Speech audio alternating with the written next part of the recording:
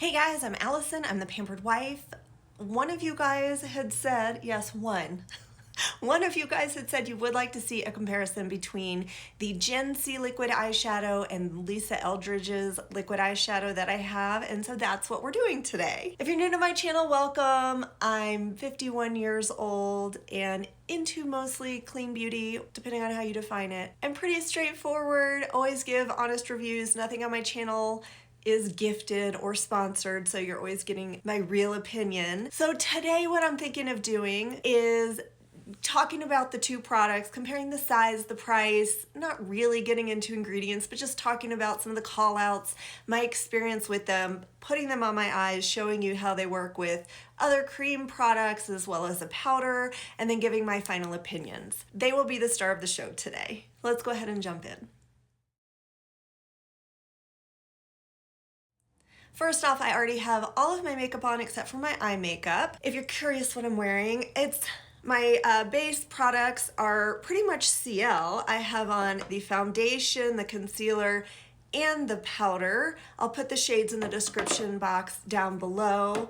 And then I've also got on an Alima Pure powder bronzer, the Westman Atelier contour stick and biscuit. I have on a cream blush by OG, and I have the shade Rose Quartz, which looks nothing like what's on the end here. This looks very red, and this is quite pink in comparison. On my brows, I have on the Gen C brow gel. And then on my lips, I went ahead and put on an LYS lip pencil. It's in a pretty yellowy shade for me, which looks quite nude on my lips. My lips are naturally quite pink. Real quick, an update on the Gen C brow product that I think so many people love.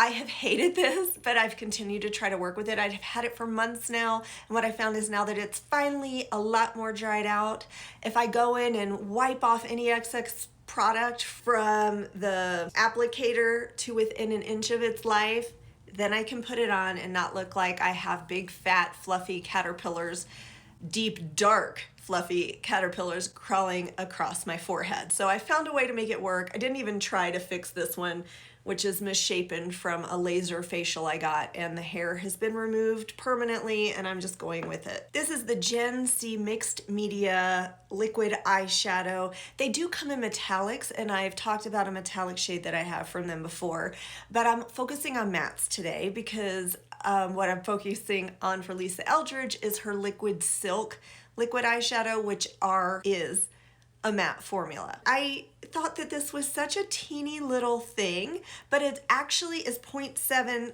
I'm sorry, I keep looking down at my notes because I want to give you accurate information. It's actually 7 milliliters, which is 0.23 fluid ounces. It is $25.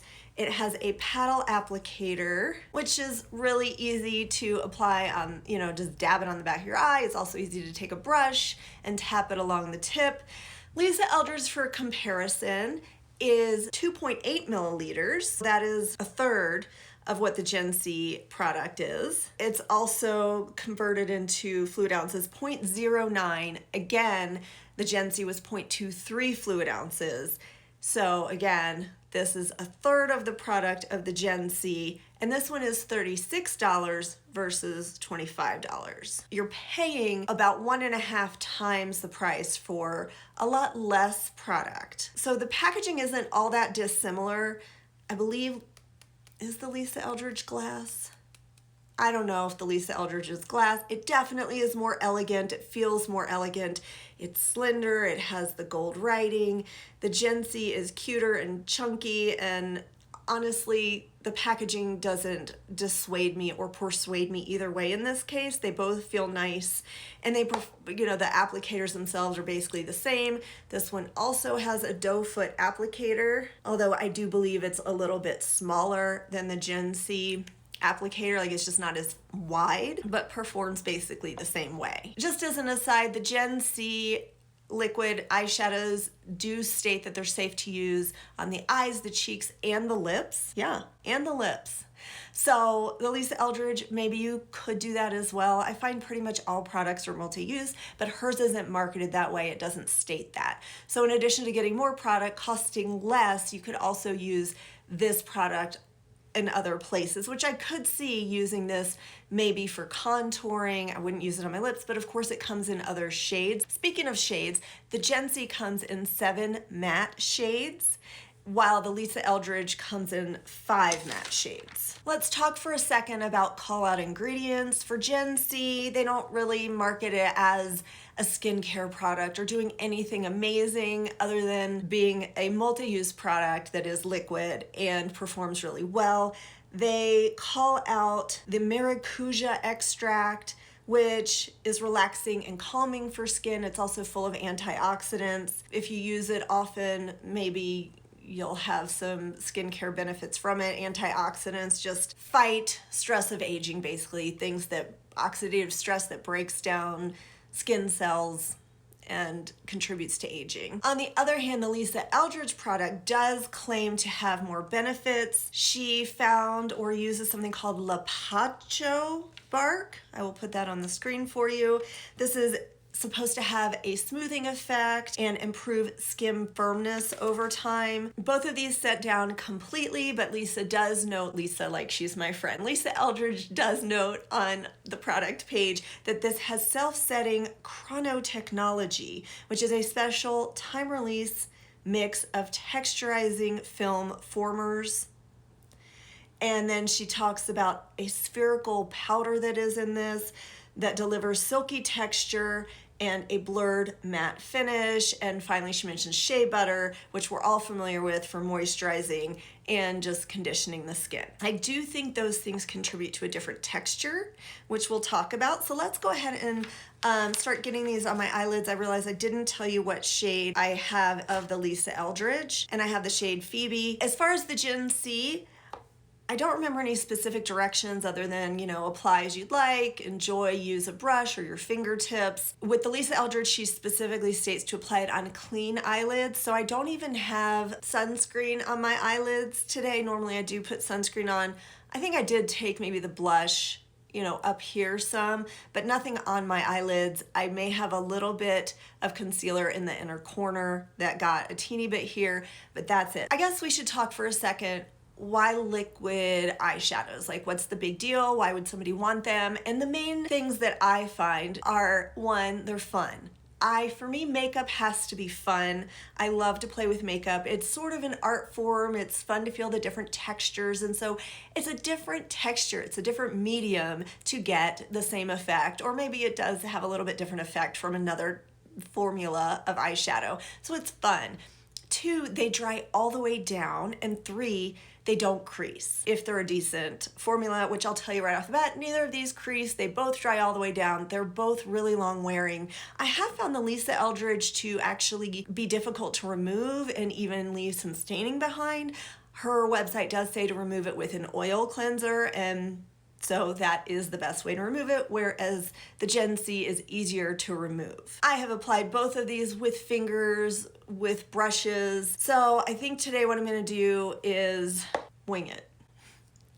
You know what, let's swatch them. This is the shade Linen from Gen C.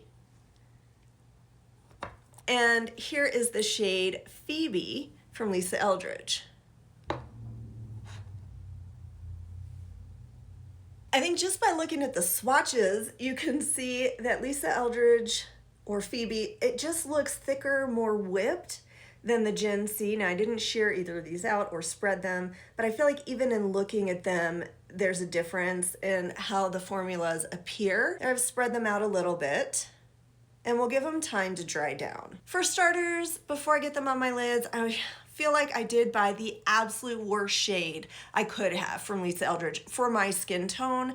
I tried to go more golden today to incorporate Phoebe into my look because I don't know where my mind was, if Venus was in retrograde, what was going on when I bought it, but there are so many great shades and I chose Phoebe. Phoebe is described as a camel shade tone. It's not ideal for me. Stepping outside my comfort zone, maybe you'll let me know what you think. I think it is not a good color on me. And so try not to let that affect, as I try not to let that affect my opinion of the product itself. All right, here we go. Putting the Gen C in Linen on my eyelids. I'm just taking the petal and dotting it directly not dotting, just swiping it directly onto my lid. It is opaque, it's weightless and simple. It's so easy to use and apply. The claims are that it's super pigmented and weightless, and I agree 100% with that. It is completely weightless. Even spreading it out, it almost feels like you aren't touching anything. And I feel like I was able to blur the edges. There's no harsh lines. It's just so easy. I love, love, love this product. Now let's go in with the Lisa Eldridge, and I'm gonna apply it the same way. You like my hair clip? My hair today, I could not get it to look decent. And this is what we have. I was like, you're always getting the real me. This is how we are today. Maybe I'll take it down at some point. And this side is always longer than this side because this side is curlier. Is this a common thing? If you have curly hair, let me know. Like it's so maddening.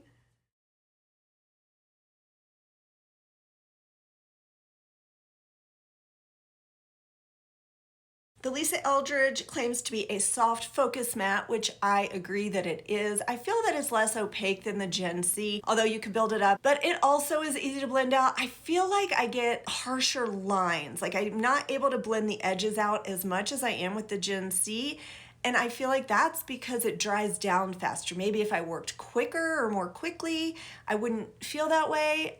It's not a harsh line that I got, but it's not as diffused as I would like it. But I was still able to get a beautiful sheer wash of color. Now it does claim to be lid smoothing, silky, have a hydrating texture. I don't find it to be lid smoothing. I almost feel that it's suede rather than silky. I feel like the Gen C is silkier. When I'm spreading the Gen C out, it's just, like I said, weightless, and then it dries down and it's gone.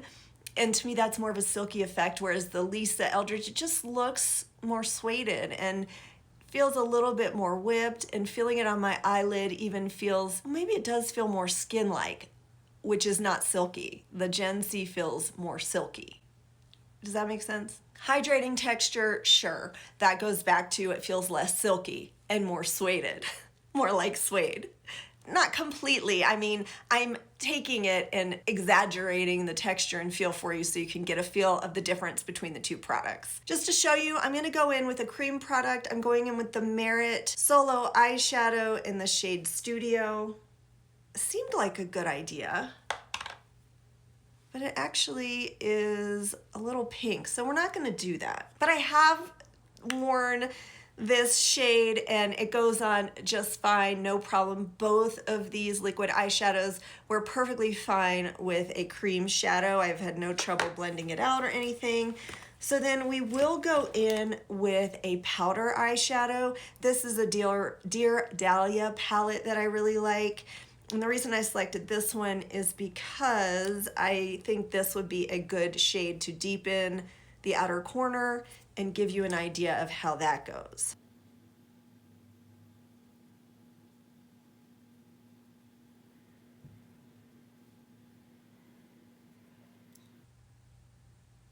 I think you can see that applies okay, but what I found is I'm not able to really spread out an eyeshadow over the Lisa Eldridge as well as I would like to, because it is that hydrating, shea butter, suede kind of texture. Even though it has completely dried down, I just feel like I can't quite spread it around like I would like to. Maybe if I work with it more. There, it does look better. Yeah, it just takes a little bit of work to get it to diffuse like I would like it to. And then finally, I'm going to go on top with a Victoria Beckham lid luster in the shade Chiffon, just to show you how a sparkle or sort of a cream product. It's not exactly cream, it's a really compressed formula. It's kind of a dry cream. And I'm just going to put this on the center of my lid to show you how that performs. It has no trouble sticking. So yeah, very easy to wear a cream or creamier eyeshadow on top of these products. I think easier than a powder. Hey guys, I wanted to step in and let you know that the Victoria Beckham pretty much wore off within an hour. So while it was easy to apply, it did not stay put on my lids. I believe I've worn the Mob Beauty cream eyeshadow on top of the Gen C liquid eyeshadow, and it's been fine and stayed as long as it typically does. But I'll just let you see how it's gone. So that particular product did not wear particularly well, like I said, even though it was very easy to apply. I'm just not thrilled with how this eye looks. This is really concentrated up here and I'd like it not to be. I'm gonna go ahead and do the other eye. I'll put on some eyeliner and mascara and be right back.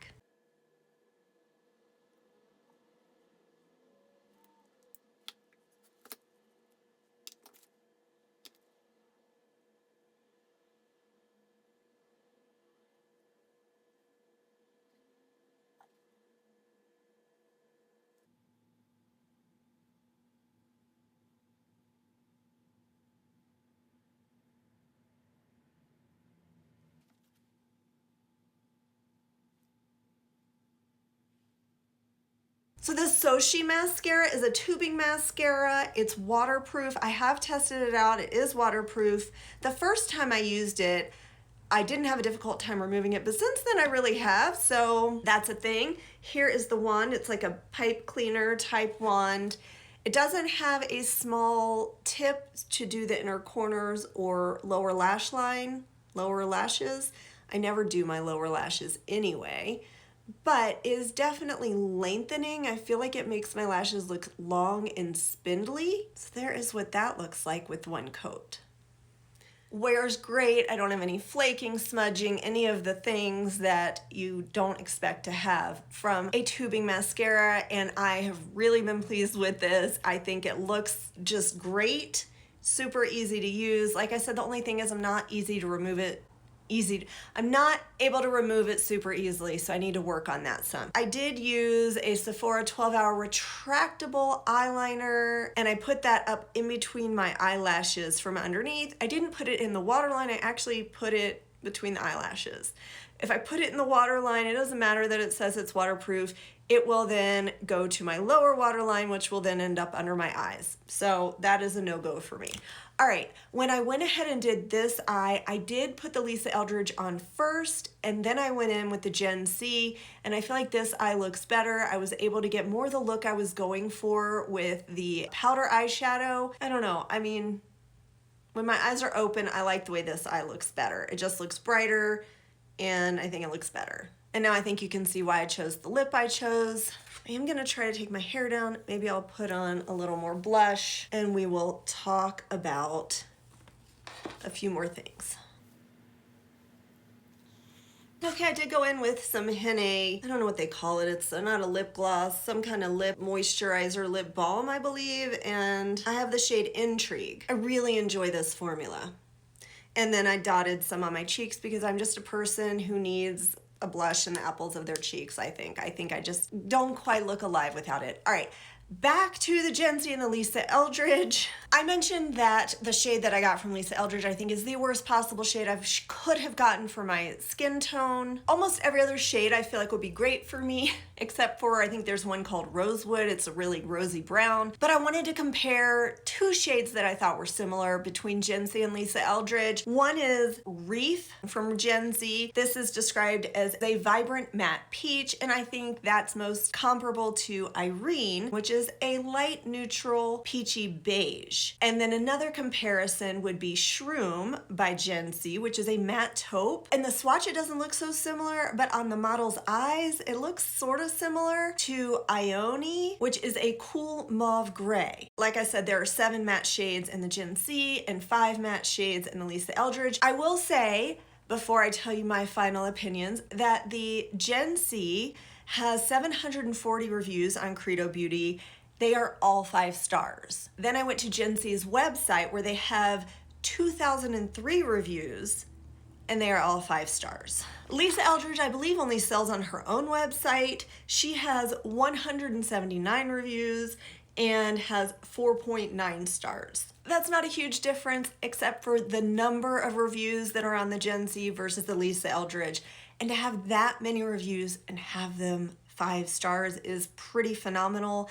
And I will just go ahead and say I feel the same way. I understand it's a less elegant product. Lisa Eldridge is beautiful. She's a makeup artist. Her formulas are beautiful. She is a true makeup lover, loves the history, so knowledgeable. But I'm going to show you on my arm here so you can see how they dried down. You saw me swipe a little bit through them, but not really. The Gen C does look less smooth. It does look more crinkly than the Lisa Eldridge. The Lisa Eldridge being on the bottom, the Gen C on top. I would never put as much on my eyelid as I did on this swatch without tapping it out or blending it out at all. I've never had it crinkle like that. But the Lisa Eldridge actually doesn't look completely smooth either.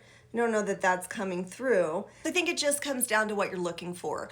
If you want the more luxury experience, if you're willing to pay a higher price point for less product, but have a formula that has ingredients that will help smooth your eyelids over time and supposedly immediately and moisturize them, as well as maybe some more nuanced shades and a little bit different finish, you would want to go with the Lisa Eldridge. I, however, love the Gen C. The price point's great. It's fun to use. It is absolutely weightless. I've never had any issues shearing out or using with other formulas or products. Neither of these crease. They both wear beautifully. The Gen C is easier to remove. If I had other shades that I might want to use as a blush or I might want to use, I don't think I would ever use this on my lips, to be honest. The Gen C, even though it's multi-use, it would just be too dry of a formula. But I could see a metallic as a highlighter. I have no highlighter on today. Very unlike me. Anyway, I could see using the Gen C elsewhere if I had a different shade. Sorry, my son called, I had to take it. As I mentioned, I do prefer the color that I got and have more use for it in the Gen C, so I may actually pick up another of the Lisa Eldridge, but I'm really not on a no-buy year, but I have no reason to do that except for curiosity. I am petting my dog over here. He clearly wants a walk. So that pretty much sums it up. I hope I answered all your questions. Both are cruelty-free, no fragrance. Let me know what your thoughts are, what other liquid eyeshadows you'd be interested in seeing if I might venture more in that direction, and just what you think of these products. And also the new Sochi mascara, if you're gonna try that or not, or what your thoughts are. Hope you enjoyed this video. Oh, please give it a thumbs up, consider subscribing, and as always, I hope you find some time to pamper yourself today. Bye.